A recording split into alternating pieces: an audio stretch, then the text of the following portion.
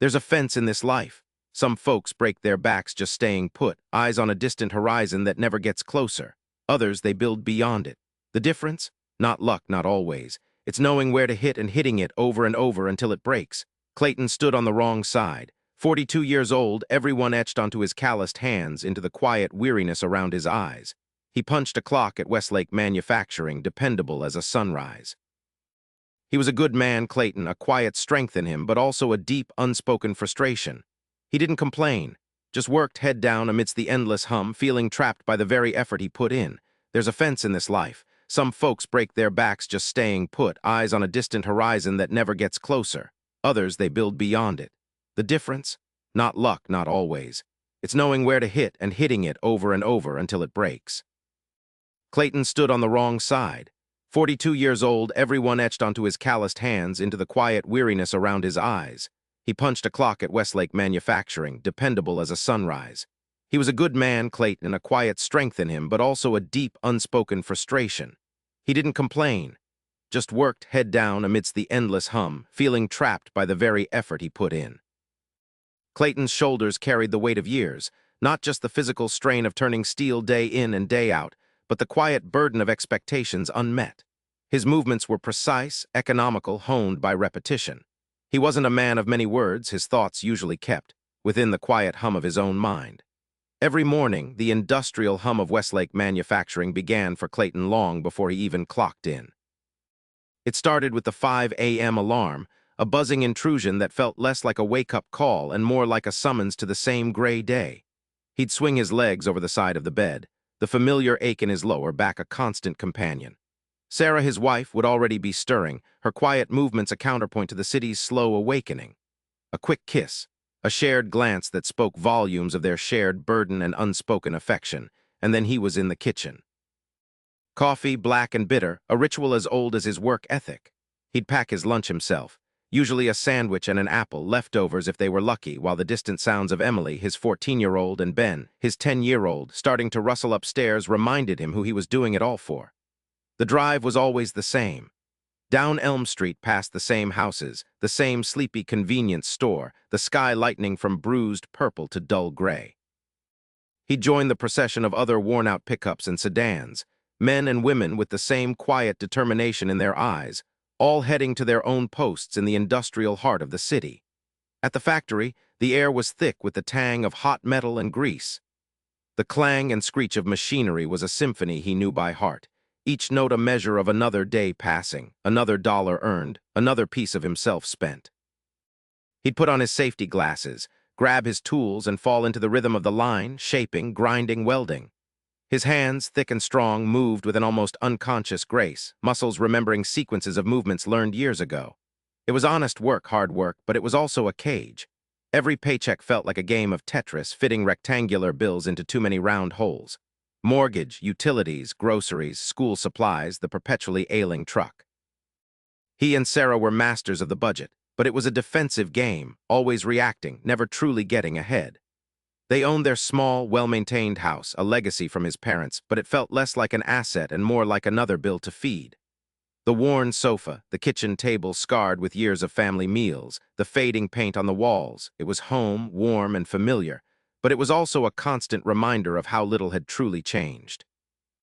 Late at night, after Sarah was asleep, after he'd checked on the kids, he'd sometimes find himself in the dim glow of the living room. The silence would press in, heavy with unspoken questions. He'd stare at the dark window at his own reflection and see a good man, a provider, a dependable husband and father. But beneath that surface, a different kind of rust was forming. A quiet despair that he was meant for more, or at least that his family deserved more. He'd tried before so many times. Online courses in computer repair he never finished. A weekend woodworking hobby that piled up tools in the garage but never produced anything marketable. An attempt to learn stock trading that ended with him losing a chunk of their modest savings. Each attempt, born of a desperate desire for a breakthrough, fizzled out, swallowed by the demands of his day job and his own scattered attention. He saw rich as something for other people. Not smarter people necessarily, but different people. People who knew the secret handshake, who had connections or just got lucky breaks. He'd work harder, he'd tell himself, put in more hours, take on extra shifts. But the extra hours just bought him more of the same, a deeper exhaustion, never an escape. The truth, the demon that truly gnawed at him, was the one that whispered he wasn't quite good enough, wasn't quite smart enough to figure it out. He had a deep-seated desire to build something lasting, something beyond the anonymous components he churned out daily. But the path to that dream was obscured by 1,000 half-hearted attempts, a forest of good intentions he'd never bothered to clear. His mind, usually so practical and focused on the task at hand, would drift to a younger Clayton, full of unformed ambitions, before the weight of life had hammered him into this specific, unchanging shape. The gap between that young man and the weary reflection in the glass was a canyon, and he felt utterly lost on the wrong side of it. He loved his family fiercely, but sometimes in those silent hours, their very existence felt like another chain, binding him to the relentless, unfulfilling grind. He yearned for something that felt like progress, not just survival, a future where he could actually say, yes, without first calculating the cost of every damn thing. One Tuesday evening, the kitchen felt strangely quiet. Sarah was helping Ben with his multiplication tables, a low murmur of numbers and encouragement. Emily, however, usually humming along to something only she could hear on her headphones, sat at the table, a college brochure spread out before her. Her finger traced a picture of a campus green, sun-dappled and vibrant, a world away from the cracked asphalt of their neighborhood. "Dad," she said, her voice softer than usual, a hopeful kind of quiet. Clayton looked up from the week's stack of bills, which he was rearranging on the counter, a futile exercise in making large numbers appear smaller. "Yeah, Em. Remember that art school in Vermont, the one with the ceramics program I really like?" She didn't wait for him to answer. "They have an open house weekend next month, just a day trip, really. Mom found a bus that goes right there. It's not super expensive for the whole thing." His eyes went to the numbers in his hand, the car repair, the unexpected dental bill, the ever-rising grocery costs. He knew what "not super expensive" meant to Emily, and he knew what it meant to his bank account. It wasn't a luxury trip. It was a basic, necessary step for a kid exploring her future. He looked at her face, alight with a cautious optimism, already picturing herself there, imagining the feel of the clay, the smell of the kiln. It wasn't the cost of the trip that hit him, not really. It was the crushing weight of having to calculate it, of having to always say, "No," or "maybe later," or "let's see." It was the feeling that his own muddled, unfocused efforts had built a wall between his daughter and a simple, genuine dream. He cleared his throat, but the words still came out thick. "Honey, that sounds amazing." He paused, searching for a way to soften the blow. "But right now, with everything, I don't think we can swing it. Not next month." He saw her smile falter, saw the light dim in her eyes, not with anger, but with that quiet, deep disappointment only a teenager can truly feel when a nascent hope is snuffed out. She nodded slowly, not making eye contact, and folded the brochure with a careful, almost reverent slowness. She didn't complain, didn't argue. She just tucked it away, her shoulders drooping slightly. The silence that followed was louder than any argument could have been. It wasn't just about the money anymore, it was about the limitations. The limits he, Clayton, had placed on his own daughter's world through his scattered attempts, his half-hearted pushes at one thing after another, never truly committing to a path that could lift them free. He watched her retreat into her room, the soft click of her door a punctuation mark on his failure. That night, 3 a.m. arrived with its usual heavy silence, but this time it brought no peace. Clayton lay awake, the familiar darkness of his bedroom feeling less like a refuge and more like a cage. Sarah's even breathing beside him was a gentle rhythm he usually found comforting, but tonight it just highlighted his own frantic, wide-awake turmoil. He slipped out of bed, careful not to disturb her, and padded to the kitchen. The faint glow of the digital clock on the microwave painted the room in dull red numbers. 3:17. Too early for coffee, too late for anything but the brutal honesty that only the deep night could offer. He sat at the kitchen table, the worn laminate cool under his palms. He wasn't just tired, he was bone-deep weary, the kind of exhaustion that sleep couldn't cure. Emily's face, that moment her eyes clouded with disappointment, replayed behind his eyelids. It wasn't just about her college trip.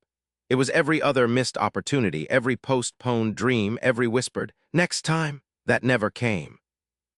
He'd seen his own pattern of half-hearted attempts, of good intentions quickly abandoned, reflected starkly in their financial stagnation. What had his life become? He worked hard, harder than most, he truly believed that. He showed up, never late, never complained. He was a good man, a dependable man, but what did that get him? A mortgage that felt like a permanent anchor, bills that reproduced faster than rabbits, and a gnawing dread that the best years were behind him, spent on a treadmill that led nowhere but deeper into debt and fatigue. He started that online woodworking course 3 years ago, bought the tools, made a few wobbly shelves, then drifted to learning about stock trading, then tried his hand at a landscaping side gig that lasted 2 months. Each time he'd been full of fire, full of hope, convinced this was the one, only to let the spark die, replaced by another fleeting obsession. He was a man of 1,000 starts and 0 finishes. The demon that whispered he wasn't good enough had grown hoarse from overuse, but its message was clear. You're stuck, Clayton. You're always going to be stuck. You think you're working hard, but you're just flailing. You're watching your own life pass by, and you're letting it happen. The thought was a raw wound, exposed and bleeding in the quiet of the night. His children deserved more than his scattered efforts. Sarah deserved more than his quiet desperation. He deserved more than this endless, unfulfilling grind. He squeezed his eyes shut, trying to push back the tide of regret, but it washed over him, chilling him to the bone. He felt the weight of every past failure, every half-finished project, every aborted dream. He'd been trying to fix everything at once, like trying to plug 1,000 leaks in a dam with a single bucket. And all it had done was spread him thin, leaving him exhausted, no stronger and no closer to breaking free. The truth hit him with the force of a physical blow. He wasn't just broke. He was broken in a way he hadn't fully acknowledged until now. That raw wound, exposed and bleeding in the quiet of the night, pulsed with a fresh, agonizing pain a few weeks later. Emily, his bright, earnest daughter, came home from school one Tuesday, her eyes alight with an excitement Clayton hadn't seen in her for months. She clutched a crumpled brochure for Northwood College, a solid state university not too far away, known for its decent engineering program. It wasn't an Ivy League dream, just a practical, affordable option, and they offered a campus visit weekend tailored specifically for prospective freshmen. Emily had spent the last 2 weeks poring over the website, practically memorizing the course catalog, talking about dorm life, the student union, the professors she'd researched. "Dad, it's this weekend," she'd said, breathless at the dinner table that night.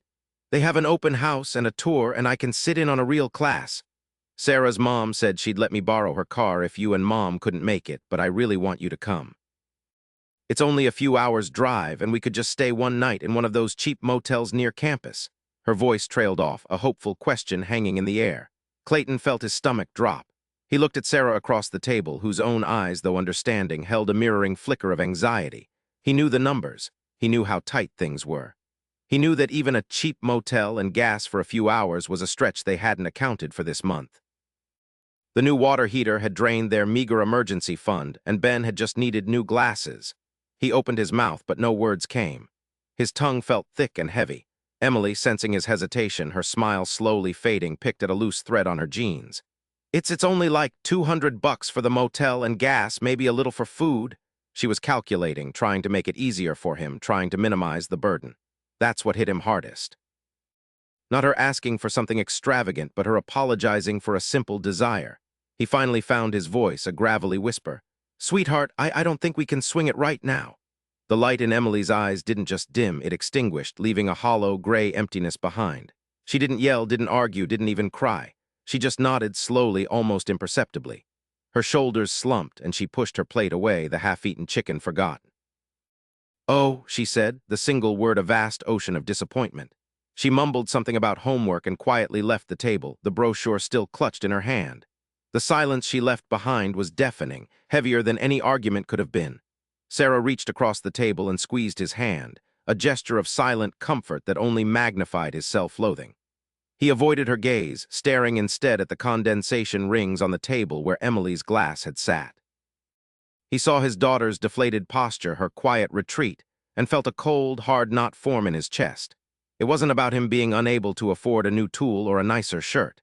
It was about his inability to give his daughter a chance to dream, to explore, to simply see a future that felt within reach. His scattered efforts, his half-baked schemes, his perpetual state of almost breaking through, had led directly to that moment, to the quiet devastation in Emily's eyes. He had been so busy trying to plug 1,000 tiny holes, he hadn't noticed the gaping crack forming right beneath his family's feet. That night's sleep was a cruel joke. Clayton lay awake, staring at the ceiling, the numbers running through his head, but they weren't just figures of debt and bills anymore. They were Emily's hopeful smile dissolving into quiet resignation. They were Sarah's tired eyes carrying the weight of unspoken worries. He slipped out of bed around 3 a.m., careful not to wake Sarah, and made his way to the kitchen. The house was utterly silent, save for the hum of the old refrigerator. He poured himself a glass of water, the chill of the glass a stark contrast to the burning in his gut. He sat at the kitchen table, the same table where Emily's dreams had quietly died just hours before. The fluorescent light hummed overhead, casting a harsh, unforgiving glow on his reflection in the dark window. What had his life become? A factory worker, a good earner by some standards, but always just barely treading water. He was a man with strong hands, a clear head, and a good heart, yet he was failing the people he loved most. The raw, brutal truth of it slammed into him like a battering ram. He wasn't a victim of circumstance. He was a victim of his own damn choices. His restless energy, always seeking the next big idea, the next quick fix, had been his undoing. He saw now with horrifying clarity the pattern. The excited beginning, the initial burst of progress, the inevitable distraction, the slow fade into another unfinished project gathering dust. The woodworking tools in the garage, the stock trading books on the shelf, the half-mended lawnmower from the landscaping gig. Each one a testament to his good intentions, each one a monument to his ultimate failure to follow through. He had believed hard work was enough. He'd put in the hours both at the factory and on his doomed side ventures. But it wasn't just hard work. It was smart work, focused work, relentless, targeted work that he'd been missing. He'd been swinging a blunt hammer wildly at a brick wall, convinced if he just kept swinging, something would eventually give. But the wall hadn't given, his kids' futures were giving. He was giving, and the cost was immeasurable. The exhaustion he felt wasn't just from physical labor. It was the soul-weary fatigue of a man perpetually starting over, never quite arriving. He looked at his hands, calloused and strong, and felt a bitter surge of anger. They were capable hands.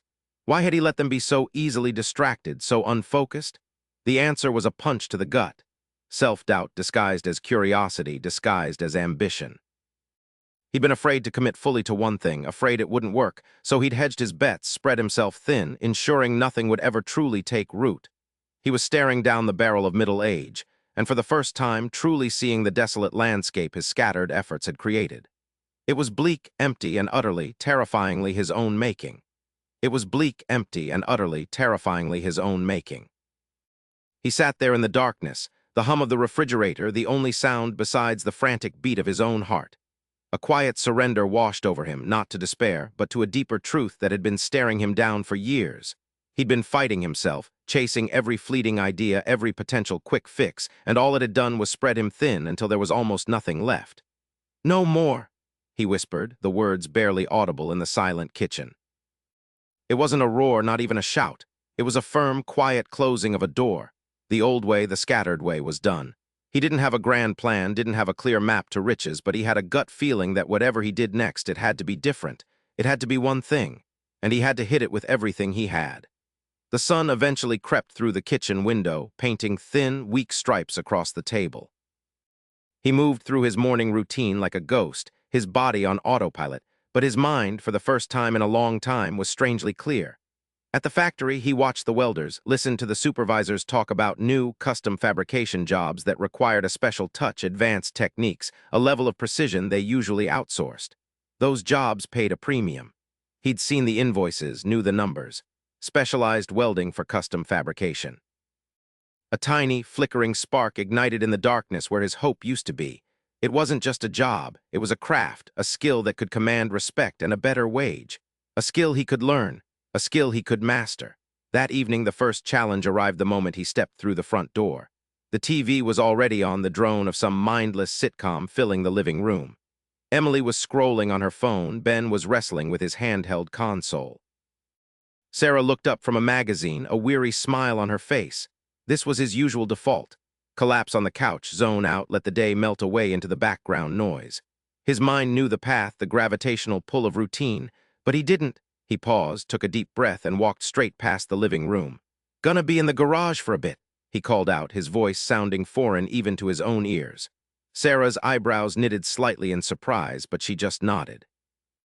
The garage was a graveyard of good intentions. The half-finished birdhouse, the paint-splattered canvas, the broken radio he'd promised to fix. Clayton looked at the clutter, the physical manifestations of his scattered past, and felt a familiar wave of defeat threaten to wash over him. What's the point? You'll just quit this too. The inner voice was loud, practiced, and persuasive. He fought it. He saw Emily's face, her quiet disappointment, the way her shoulders had slumped. He saw the faded college brochures, the weight of expectations. No, not this time. He found his old welding mask, cracked and dusty, hanging on a hook. Dug out the basic arc welder, a relic from a brief, forgotten phase years ago. He pulled an old metal stool into a cleared corner, found some scrap steel, and for the next hour he just started. The sparks flew, ugly and uncontrolled at first.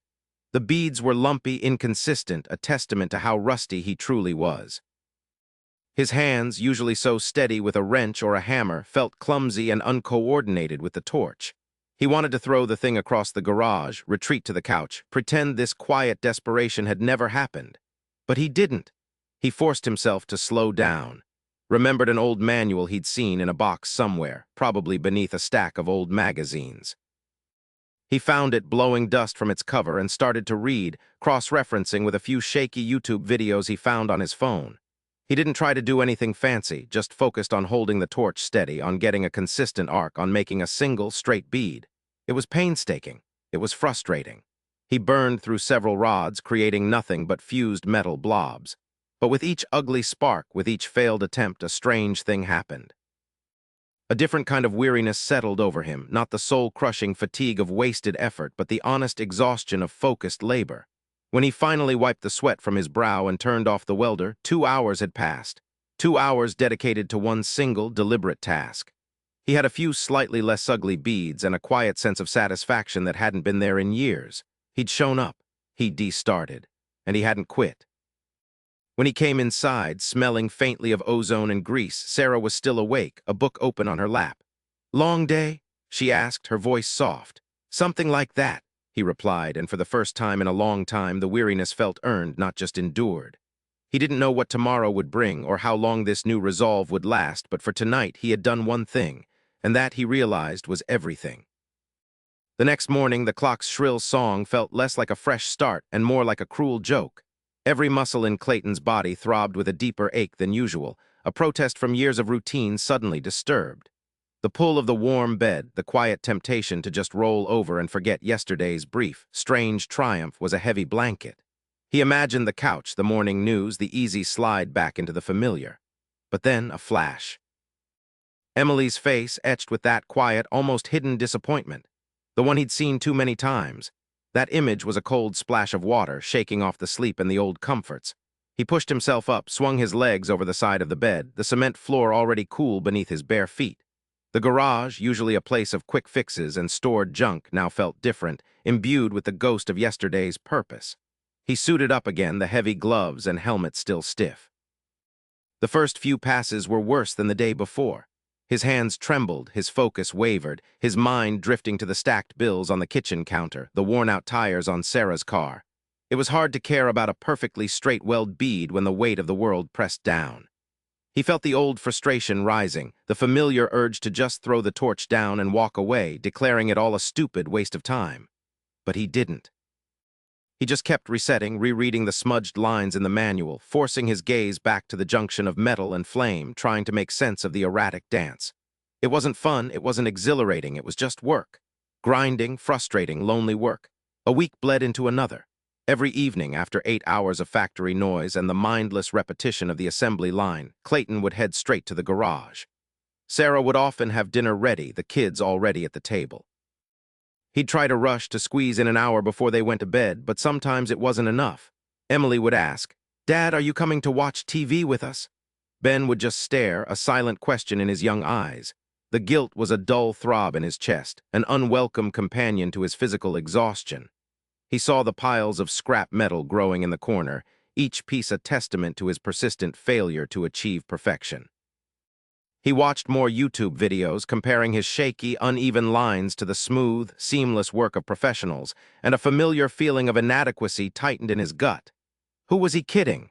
He thought, staring at his blistered fingers. This wasn't for him. This was for the smart guys, the ones who went to trade school young, not a tired factory worker in his 40s. One evening, after a particularly bad streak where every single bead he laid down looked like a worm had crawled across the metal, his patience finally snapped. He ripped off his helmet, throwing it onto the workbench with a clang that echoed in the small garage. He stood there, panting, staring at the slag-ridden metal. He wanted to rage, to curse, to kick something until his foot broke. Every part of him screamed to quit, to just walk away from this pointless, agonizing pursuit. His shoulders slumped, the weight of years of half-baked ideas and abandoned projects pressing down. He was tired of trying. He was tired of failing. He was just tired. He reached for his phone, a familiar impulse to lose himself in endless scrolling to numb the sting of failure. His thumb hovered over a social media icon, a portal to mindless distraction. But then the image shifted in his mind's eye. It wasn't Emily's disappointment this time, but the look of quiet resignation he'd seen in his own father's eyes. The unspoken understanding that some dreams just weren't for people like us. He thought of all the times he'd started something, full of passion, only to let it wither on the vine when the first real resistance appeared. This time, he realized, the resistance wasn't just in the metal or the skill, it was in him. It was the old him, the one who gave up. He closed his eyes, took a ragged breath, and put the phone back down. He picked up his wire brush, scraped away the latest monstrosity, and reread the first paragraph of his ancient manual for the 10th time. Control the arc. Just that. Nothing fancy. He didn't have to be perfect. He just had to keep going. One more rod, that's all. Just one more. The sparks flew again, ugly and unyielding, but he was there making them. Day after day, night after night, Clayton kept at it. The ugly sparks kept flying, sometimes still burning holes, sometimes fusing metal into a lump only a caveman could love. But gradually, imperceptibly at first, the ratio began to shift. The lumps became less frequent. The holes smaller. The arc for fleeting moments danced with a steadier rhythm. He wasn't good, not by a long shot, but he was no longer utterly terrible. He was just bad. And for Clayton, who had expected instant mastery or utter defeat, bad felt like a damn victory. Around the 20-day mark, something subtle began to change, not just in the garage, but in Clayton himself. The exhaustion was still there, a constant hum in his bones, but it was different. It wasn't the heavy, soul-sucking weariness of futility. It was the honest, earned fatigue of effort. He was tired, but not defeated. His eyes, usually clouded with an unspoken resignation, now held a faint, stubborn gleam. Sarah noticed it first. She'd come out to the garage ostensibly to bring him coffee, but really to check on him. He didn't notice her at first, utterly absorbed, his tongue caught between his teeth as he guided the rod. When he finally lifted his hood, wiping sweat from his brow, he looked at the bead. It wasn't perfect, but it was solid. He actually let out a short, surprised chuckle. A real one. Sarah hadn't heard that sound in years. He caught her eye, and instead of the usual apologetic shrug, he just nodded. A quiet, determined nod. "Getting there," he murmured, more to himself than to her. A few days later, Ben, his 10-year-old, wandered into the garage, drawn by the smell of ozone and burnt metal. He usually found his dad tinkering with something that never quite got finished. This time, Clayton was meticulously grinding down a practice weld, examining it with a jeweler's eye. "What's that, Dad?" Ben asked, pointing. Clayton looked up, no irritation, no distraction in his voice. "This, son, is what happens when you decide to stick with one thing long enough to start figuring it out." He paused, then added, "It's still ugly, but it holds." He tapped the metal with a hammer, and it didn't break. Ben looked impressed. Clayton felt a quiet surge of pride, not for the weld itself, but for the lesson he was, unknowingly, showing his son. At the factory, the change wasn't as immediately obvious. Clayton was still Clayton, quiet, reliable. But his coworkers started remarking that he seemed lighter, less burdened. He still worked hard, but he moved with a new kind of purpose, an internal engine humming differently. He wasn't complaining about the union or the management or the weather. He was just there doing his job and then going home to do his other job. Weeks turned into a couple of months. The stacks of metal scraps in his garage dwindled, replaced by small, sturdy prototypes. He'd practiced every joint, every angle, every position until his hands ached and his vision blurred. He'd learned to control the arc not just with his hands, but with his breath, his whole body a part of the machine. The primitive, half-eaten pieces of metal gave way to recognizable, strong, clean welds. He was starting to create. His first, real, project came from a neighbor, a simple request for a sturdy, custom-built gate for a dog run. Clayton took it on for free just for the experience. Every measurement was exact, every cut precise. He laid down the beads, watching the molten metal flow, cool and solidify into a smooth, even seam. He was no longer fighting the material, he was working with it. The process, once a source of endless frustration, now held a quiet, almost meditative rhythm. He finished the gate, primed it, and painted it, delivering it to the grateful neighbor with a subtle satisfaction that warmed him to his core. It wasn't just a gate. It was a testament to what focus could build. Soon after, a buddy from the plant, seeing his newfound skill, asked if he could fix a cracked exhaust manifold on an old pickup. This wasn't a freebie.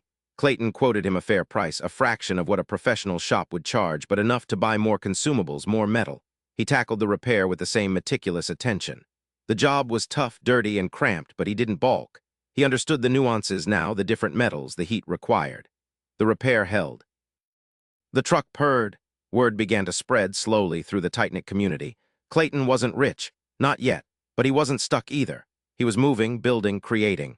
He'd found a way to bridge the gap between his intentions and his actions, not by trying to do everything, but by choosing one thing and doing that relentlessly. His hands, still calloused and scarred from the factory, now moved with a new confidence, capable of more than just repetitive tasks. His eyes, once shadowed by the weight of unfulfilled potential, now held a quiet, steady fire. He was still Clayton, the factory worker, the family man.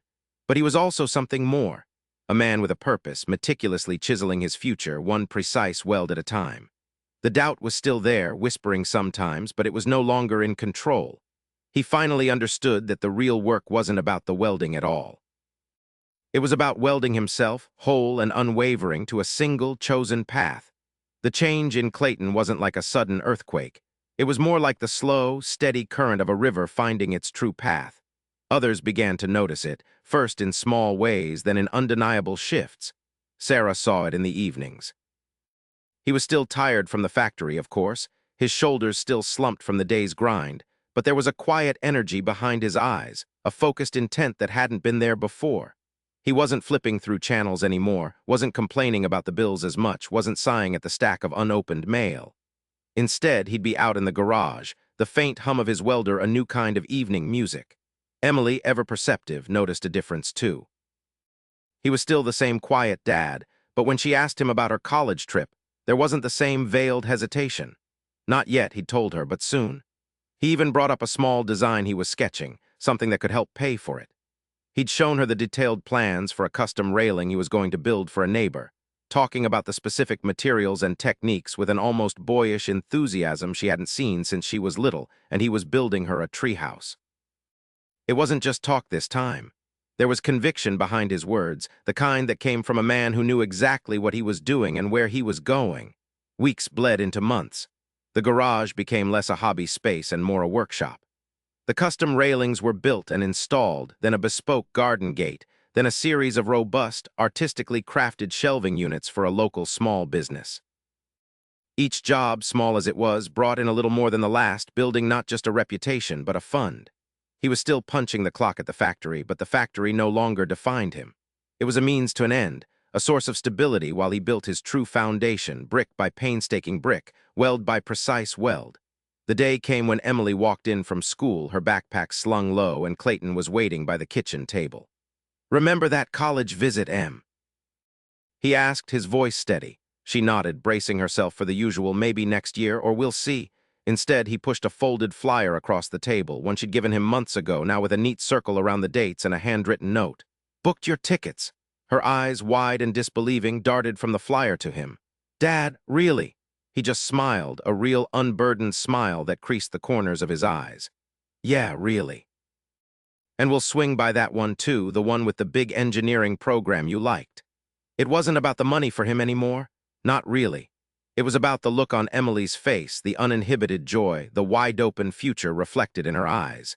It was about seeing the tangible result of his singular purpose, the proof that he hadn't just been working hard, but working smart.